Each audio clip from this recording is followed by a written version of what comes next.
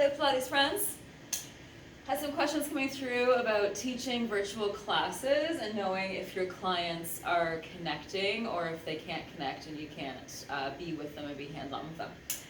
So when we're working out at home, so this can also apply to anyone that's doing all these new home workout routines because you can't get to your gym.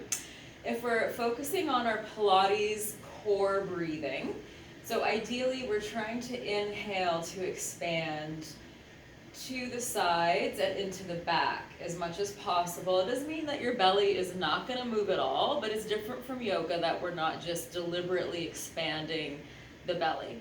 So we're breathing in through the nose, we're breathing out with a shh, with slightly pursed lips, which will give us a better connection to our pelvic floor because your pelvis is a reflection of your jaw and vice versa. So they do work as a team, and that breath connection will give you a better pelvic floor connection, which ideally will help that transverse abdominis to connect. So they work together.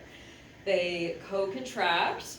You want to cue the pelvic floor first because a lot of us just want to go for kind of sucking in the belly, and that's not the connection. So if you have your clients put their hands on their own abdominal wall, and or for friends that are working out at home and not sure if you're doing things correctly, especially our postnatal Pilates clients. So laying your hands on your own abdominal wall, your hands now become your best teacher. So listening to your teacher's words and or teachers speaking with your clients. So now as we breathe, you should feel some expansion, but you want to also feel the expansion east to west.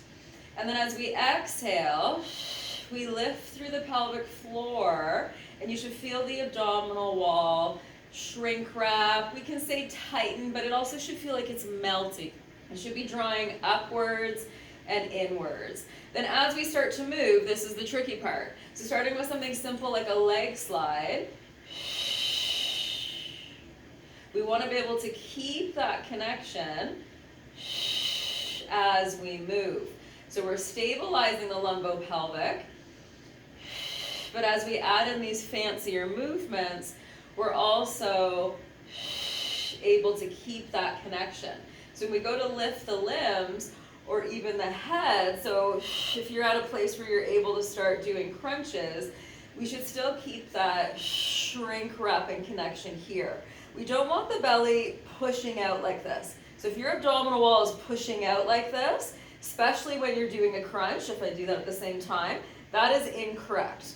And if your belly is doming out, your pelvic floor is bearing down, and there's some very graphic videos out there if you'd like to look into this further, which is telling your body you want incontinence.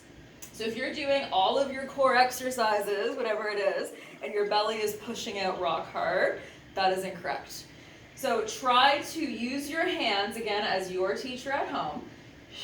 So even when we come into something like an open chain then, we still want to be able to maintain the sense of drawing in.